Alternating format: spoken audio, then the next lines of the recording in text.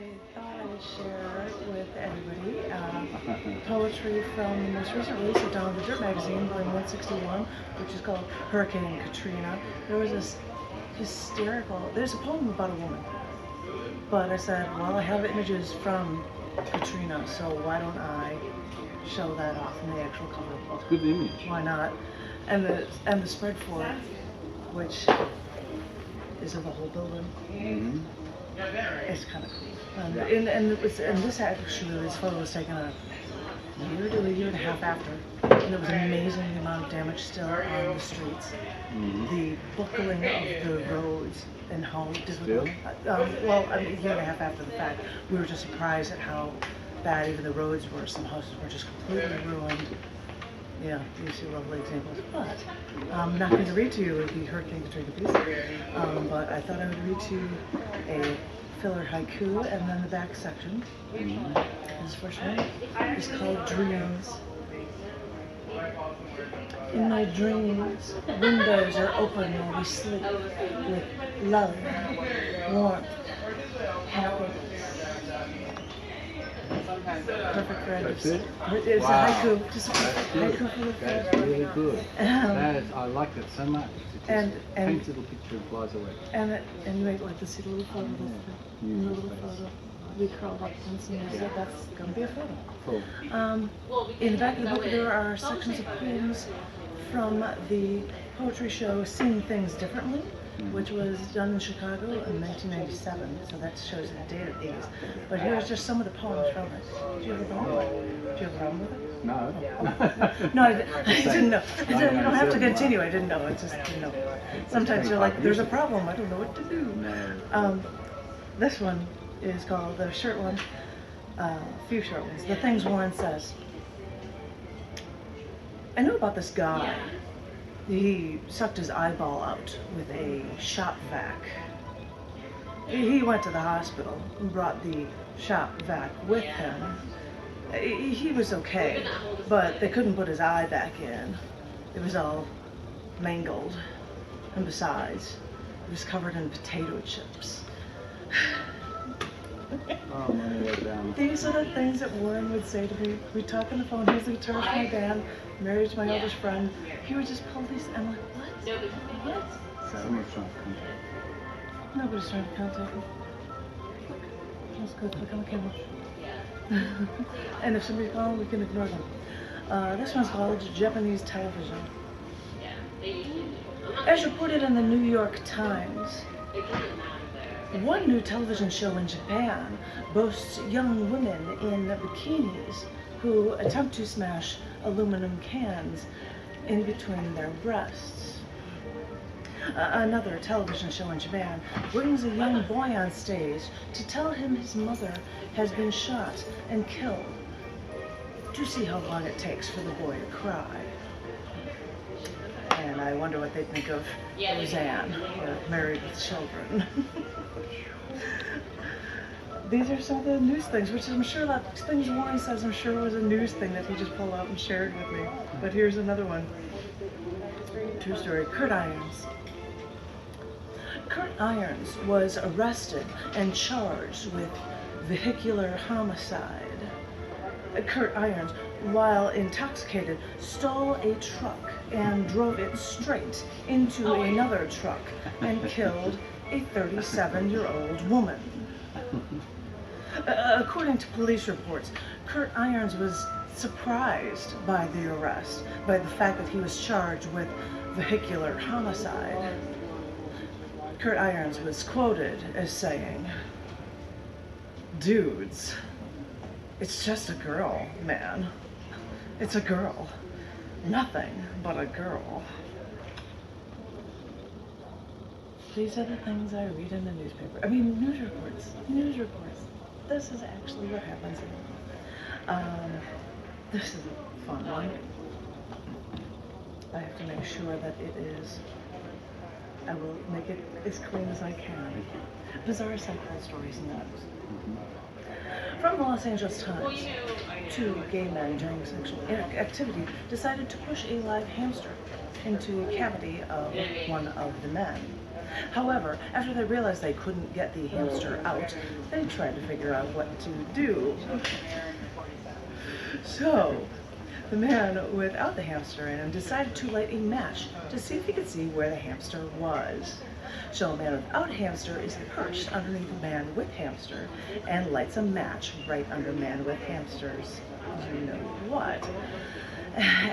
And at that same time, man with hamster passes wind, which causes a small streak of fire to jump out and singe the man without hamster's eyes, eyebrows, and facial hair. However, because the gas was still inside of the cavity, the fireball then shot back into the man with hamster, circled around the hamster, burning the inside of man with hamster.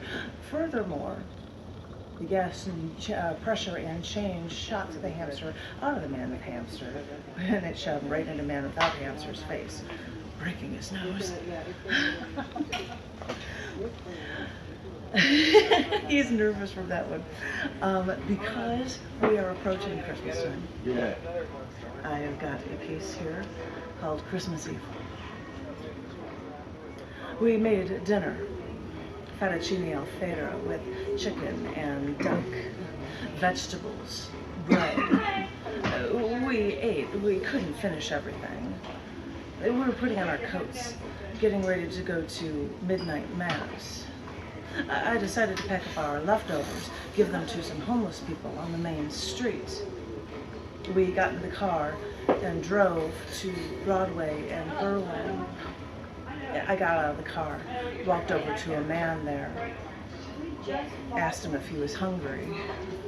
I got the bowl of noodles and the gallon of milk out of the car. Another man walked over to me and told them to promise that they would share. I got in the car. We were just driving. And all I could think was these two men were in the cold, eating pasta with their fingers on Christmas Eve. Yeah. But then you think, oh, there's what more, you know, that's the same kind of thing, what more can you do? This one mentions Christmas, I guess, a longer piece that's called Coquinas. And you know what's funny? Is I was in New Orleans. Can I get back up to info, please? And it's about visiting Naples, Florida, which is a small town in South Florida. I'm in a bar going back on the first night in New Orleans, and my husband's talking to some people, and they say they're from Naples. I'm like, you're kidding me. My father, and I started talking about the pier, and I brought up Coquinas to these people, and they knew what I was talking about. So it's just mind-blowing. But this is called Coquinas. I can't imagine the number of times I've been there, visiting Florida, Christmas with my parents, a plastic tree decorated with sand dollars and red ribbons, eating Christmas dinner, listening to Johnny Mathis, and after the Irish coffee, father and his brandy snifter in his hand, mother and the other girls putting away the dishes. The carolers would come, walking in front of our home, singing, "We wish you a Merry Christmas," over and over again. We would walk outside, and the cool breeze almost felt like Christmas after the hot, humid days. And we would stand in our driveway, smile, and nod. And you could see down the road all the candles in paper bags lining the streets. And for a few lights, the bag burned. And we would take boat rides off the coast, my parents and their friends, to a tiny island. Dad drinking beer, sometimes steering the boat control. The women sitting all together in the shade, worrying about their hair. I would sit at the front, sunglasses, swimsuit, and sunburn, feeling that wind slapping me in the face, and turn my head away from the boat into the wind, away from them to face it again. Docking at a shoreline, everyone jumping out, little bags in their hands. The women go looking for shells, the men go barbecue. After an hour or two, the sandwiches, potato chips eaten, the soda and beer almost gone. we turn around and head back. We have conquered. And I remember the Coquinas, little shells. You could find them alive on the beaches north of the pier in Naples. Going to the beach, I would always look for a spot to find them.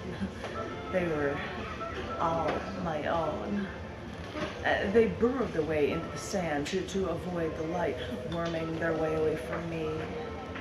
I unearthed a group of Coquinas once, fascinated by the color of their shells, the way they moved before they could hide.